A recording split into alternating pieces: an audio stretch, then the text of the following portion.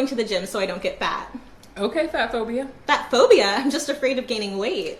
You're scared of becoming fat. Yeah.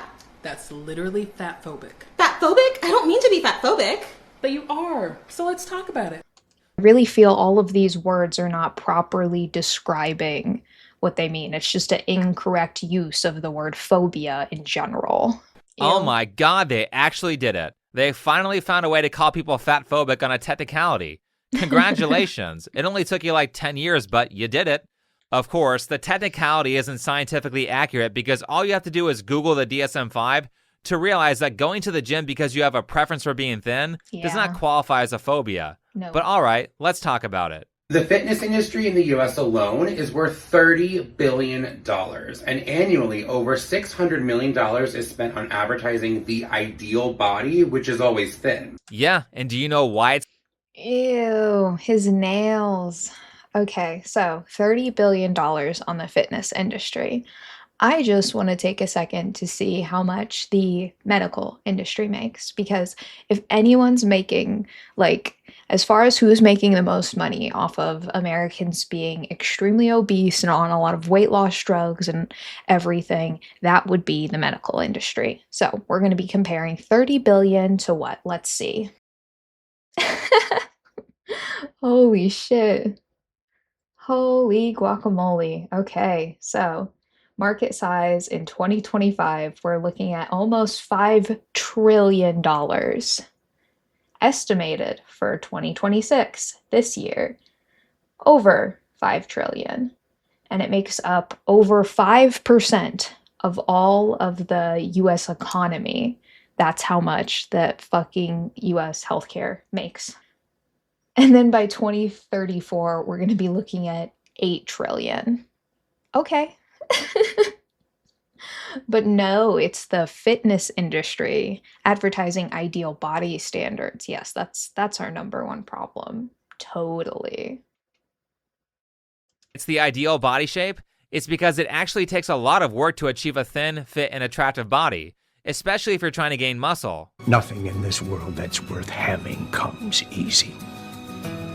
Coincidentally, this happened to come from a scene from Scrubs where a patient was going to get weight loss surgery. Not intentional. However, it was a nice, happy accident that it was relevant to the video. But being obese not only takes no hard work to achieve, but the way these people are reacting kind of says something about their personality. It's kind of narcissistic. Asking for their body to be considered ideal by people who are into fitness is like someone asking to be praised because they skipped out on work and watched TV all day.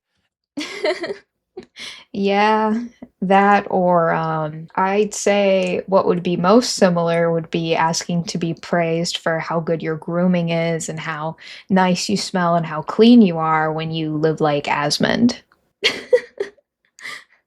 Oh yeah, tell me how beautiful I am and how I do all of these wonderful things to make myself look good, but I know there's cockroaches in my room and bottles of piss. Anyone can do that. That's not an achievement, and you pretending it is an achievement is kind of an insult to people who actually work hard to look good. From a culture of demeaning fat people to weight restrictions on exercise machines and a lack of plus-size fitness clothing, the fitness industry is not only anti-fat, but also anti-fat people. A weight restriction on a machine is a form of bigotry? Do you know how expensive it is to make a treadmill that can support a 600-pound person on it? Well, neither do I, but I know from previously working in a hospital that beds for people who are a healthy weight cost like hundreds of dollars per day. Beds for morbidly obese people cost like thousands of dollars per day. Yep, he's already breaking up the medical industry shit that I already basically did. So they make thousands of dollars per day just on the bed alone whenever you're morbidly obese. I mean, who stands to benefit from this? That always has to be our first question. And it's not a matter of wanting or not wanting to be accepting of someone's weight. It actually requires a decent amount of engineering to design a product that can physically support you. And people weighing too much to use standard equipment in hospitals is actually becoming quite a problem. But do you know how I can tell that she doesn't really go to the gym? One, she thinks machines are good. Machines are largely for people who are injured or people who don't know what they're doing. Okay. Now, he has technically more room to talk in this space than I do. I was never a physical trainer or anything like that.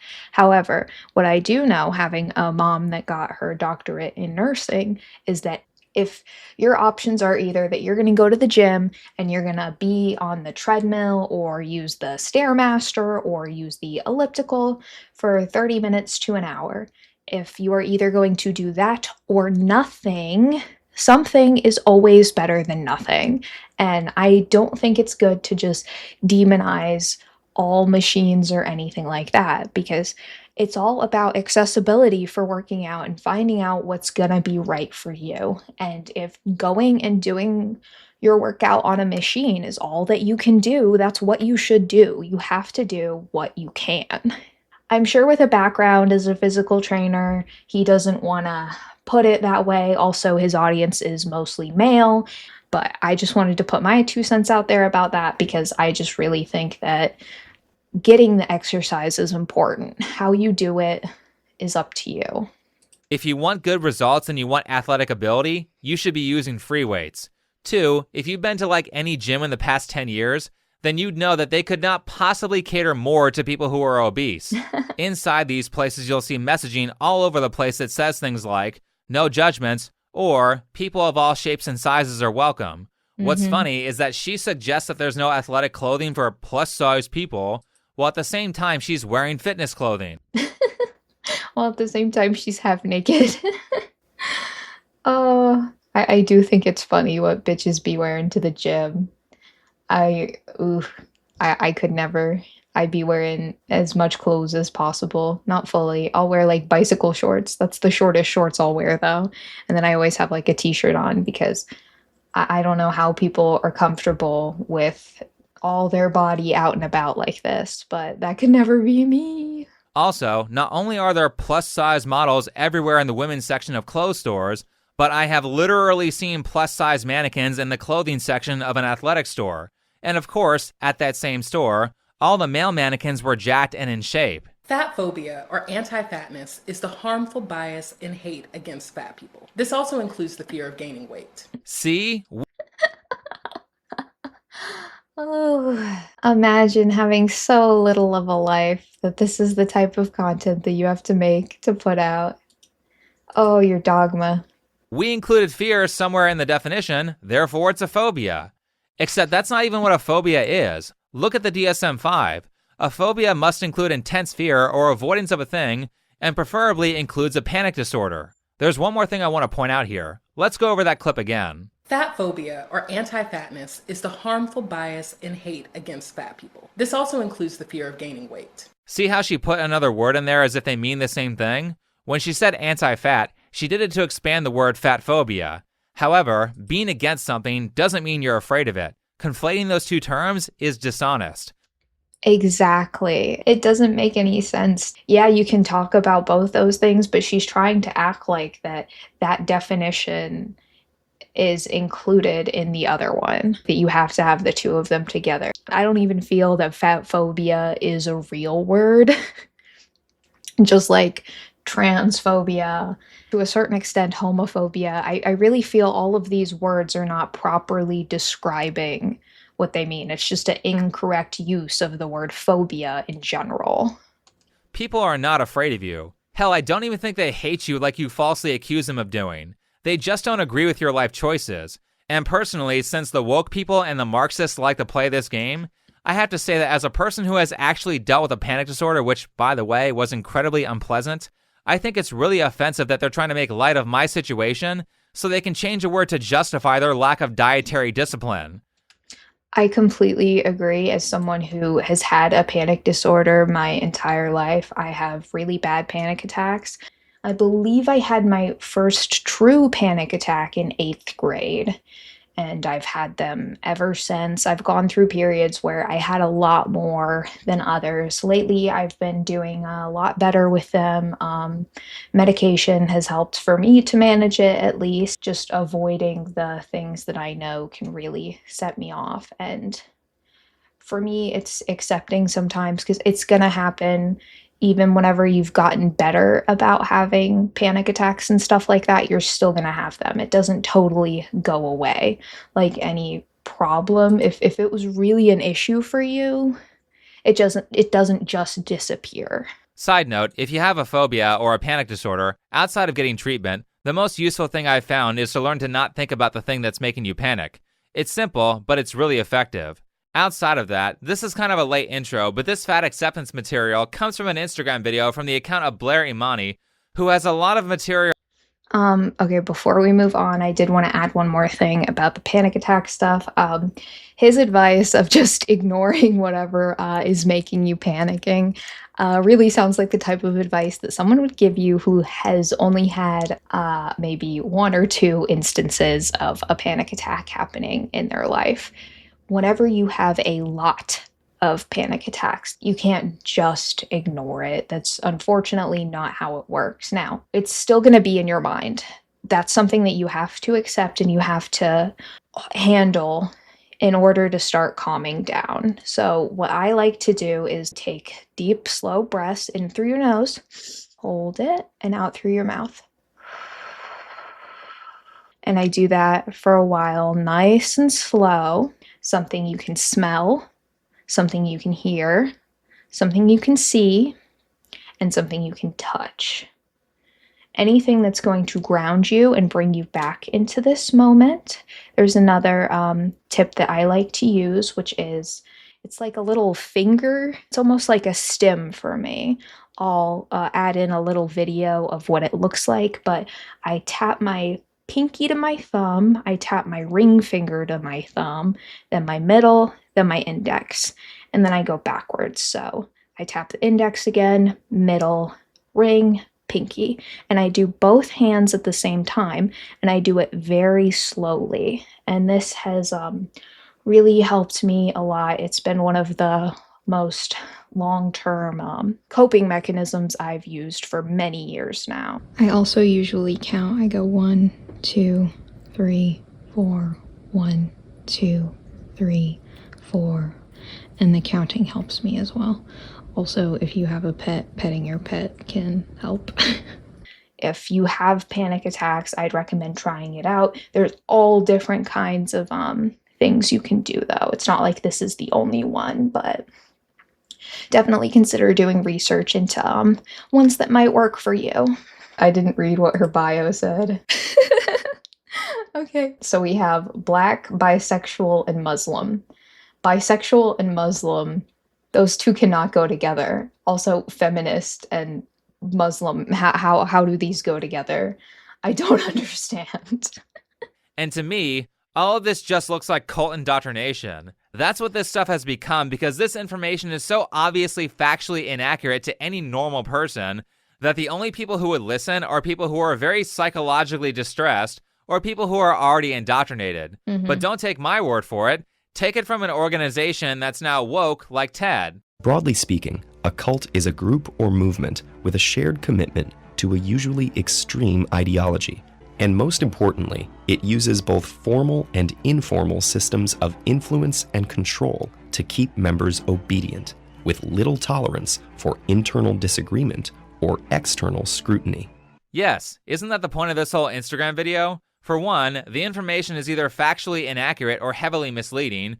Two, what they are actually doing is creating terminology for their followers that they can use to shame people into compliance when people speak out against them. That's why they use the term fat phobia. It's not because the term is technically accurate, it's because phobia pairs well with a lot of words to create something that sounds good. What they really want to do is call you something similar to the word racist, because that word evokes a lot of emotion in people. But the word fattest doesn't sound good, therefore they use the better sounding fatphobic. Same thing with homophobia. Not a technically accurate term, but homoist doesn't sound good, so the word homophobic is used instead. Plus, the word homophobic also evokes a lot of emotion in people, so they are trying to correlate the term fatphobic with that to bring out that same emotional response so that people judge or act without thinking. Yep, and transphobic too. All of those, and xenophobic. There's such a laundry list of the phobic terms at this point. They just mean nothing. By the way, this is not the only way these people depict cult-like behavior. Here's another. Cults are skilled at knowing whom to target. often focusing on those new to an area or who have recently undergone some personal or professional loss. Loneliness and a desire for meaning make one susceptible to friendly people offering community. And that's why the internet is so great for this type of indoctrination of getting people into the woke cult. Yep. Who better to manipulate into joining your ideological cult than a bunch of people who are vulnerable because they're insecure about their weight? Once in the cult, members are subjected to multiple forms of indoctrination. Some play on our natural inclination to mimic social behaviors or follow orders. Other methods may be more intense, using techniques of coercive persuasion involving guilt, shame, and fear.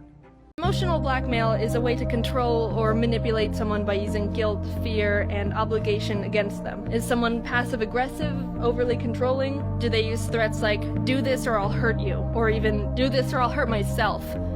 That leads to another difficult situation. If someone ever belittles themselves, I'm pathetic. You should just leave me. I'm gonna hurt myself. It puts you in a complicated position because it can feel like there's a responsibility to provide this person with whatever they need because obviously you care about them and you don't want them to feel this way or even do something bad to themselves. But this is a hard pill you've got to just swallow. And in many cases, members may willingly submit out of desire to belong and to attain the promised rewards.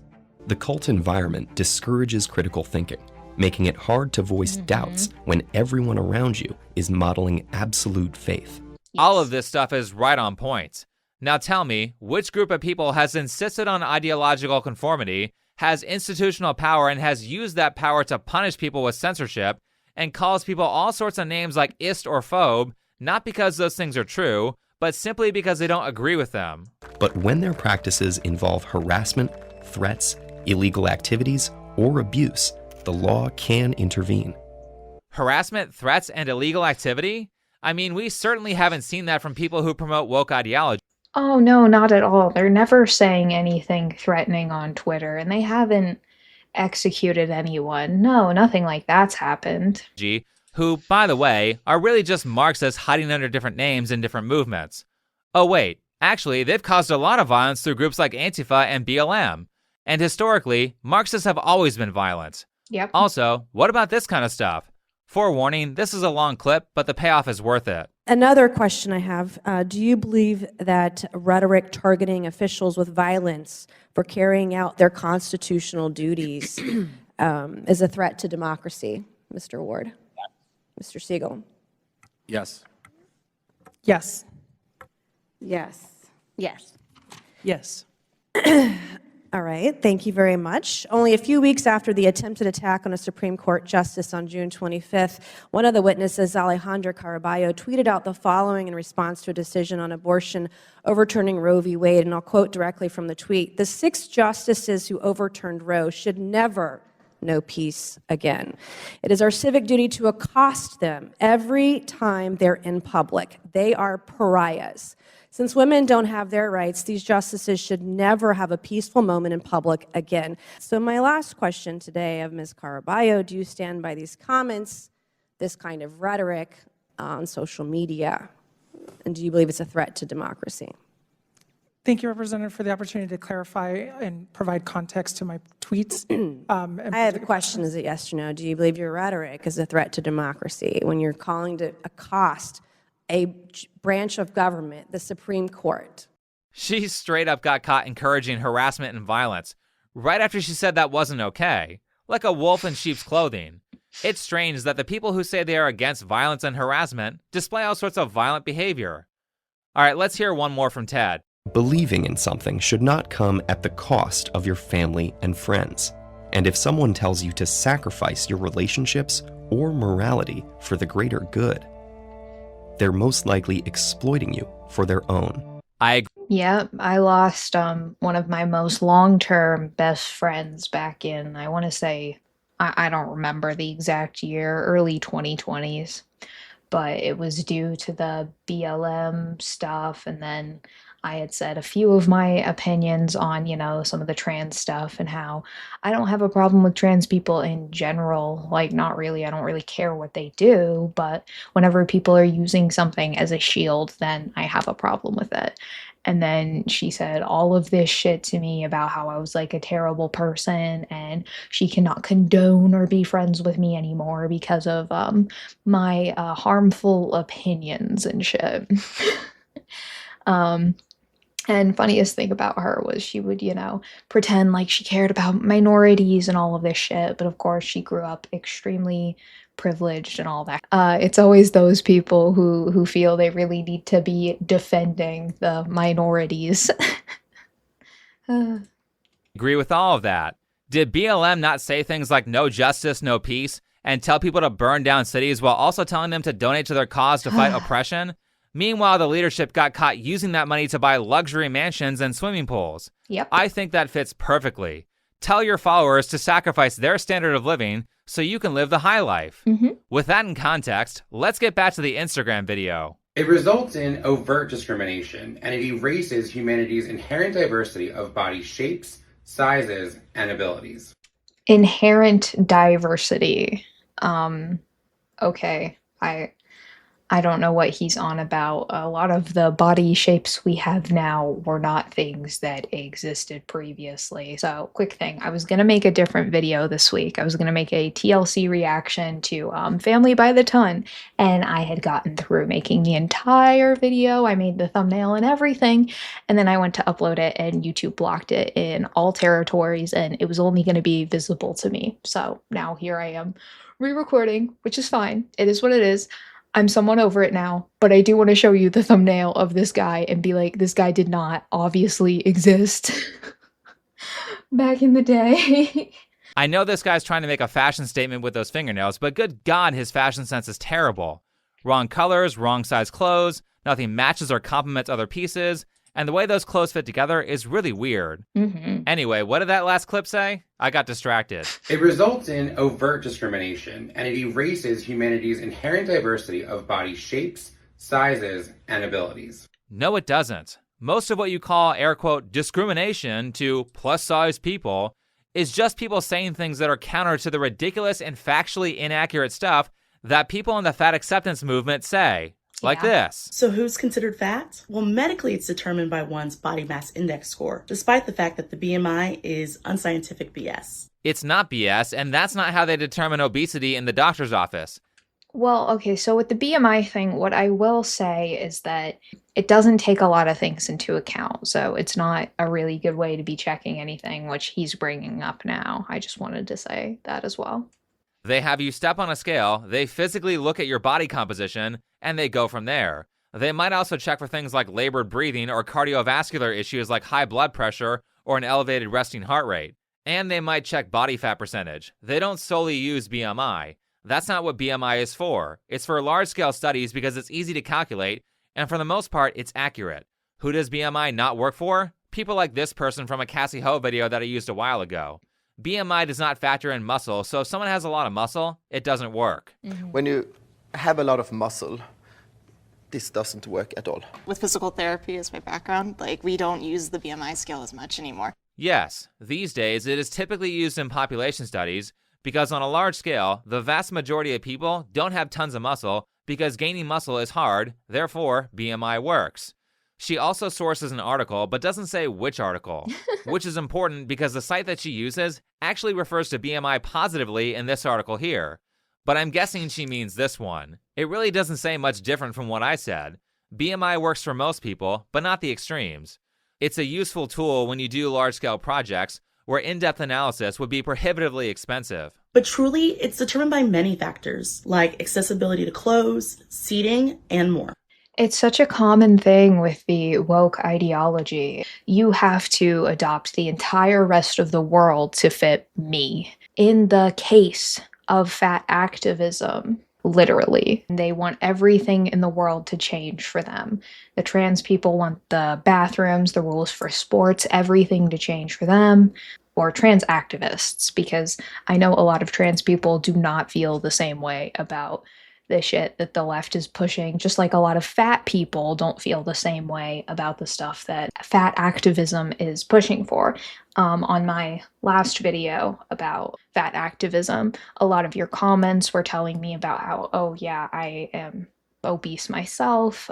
It's something I'm trying to work on, but I would never blame or expect anybody else to be changing their life or their situation or their environment for me, which I think is how most normal, non-brain rotted people feel. So you don't take care of your weight, and now a restaurant or a business has to buy chairs that are way more expensive to accommodate you?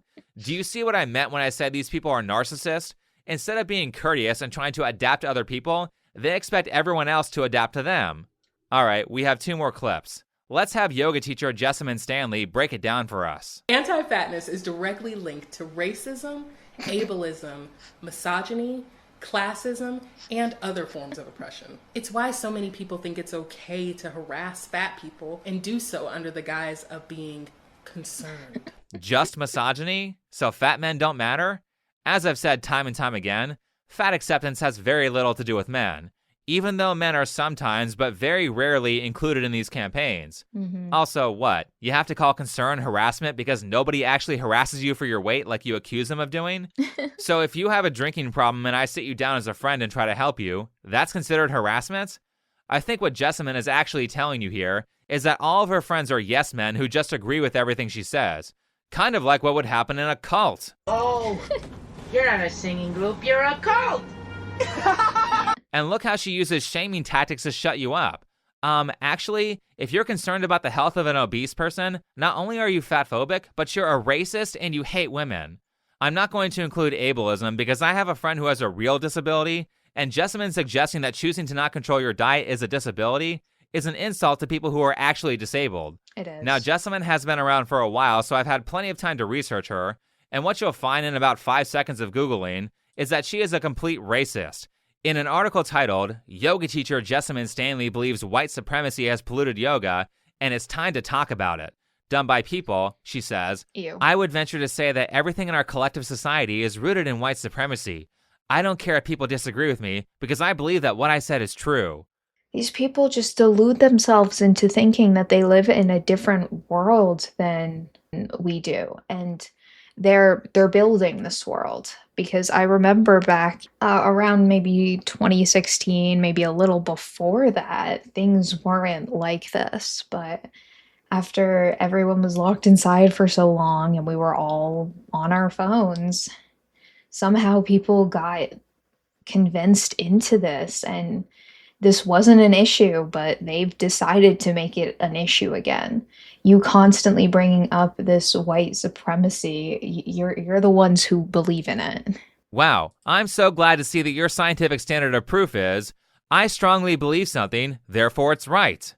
What's funny is that this article is all about her saying that white people have ruined yoga and moved it away from its Indian roots, which is really not an original thought from her at all. But the funny part involves one of the major yogi philosophers, Patanjali. He's like the Jesus of yoga, so there is no way she doesn't know who that is.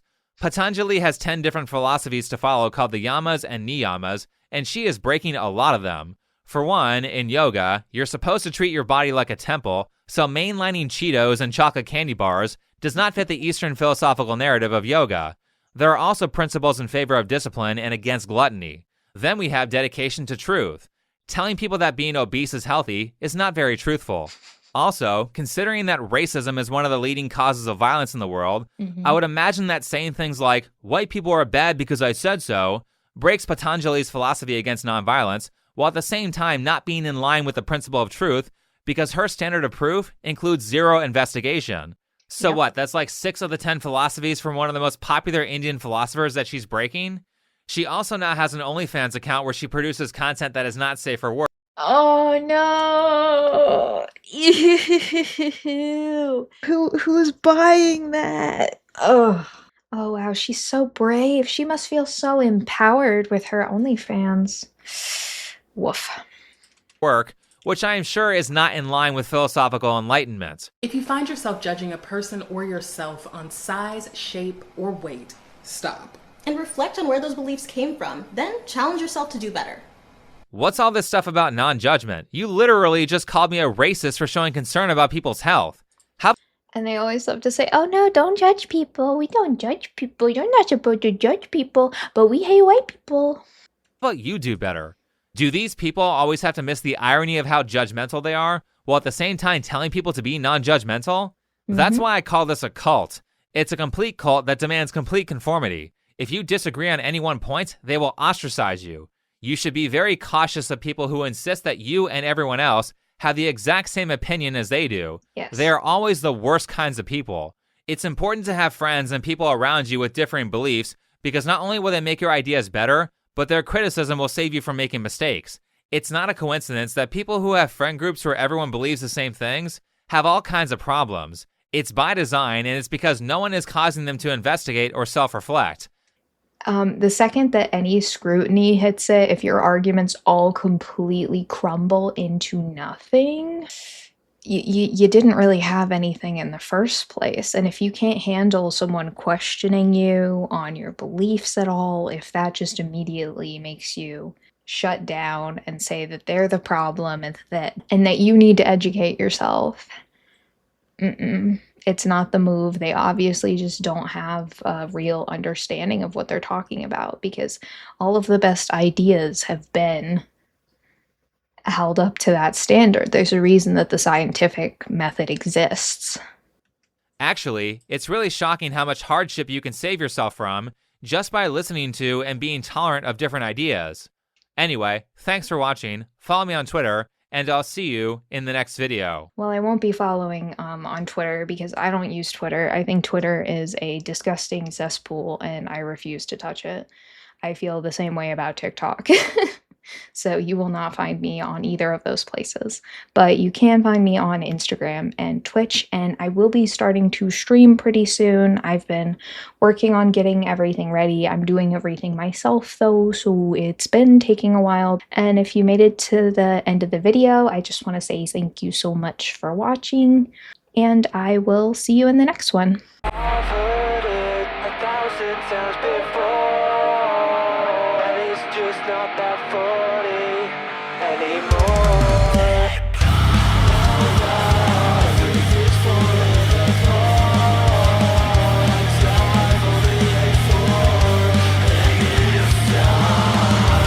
My neck, my back, they both hurt and they crack. Bye!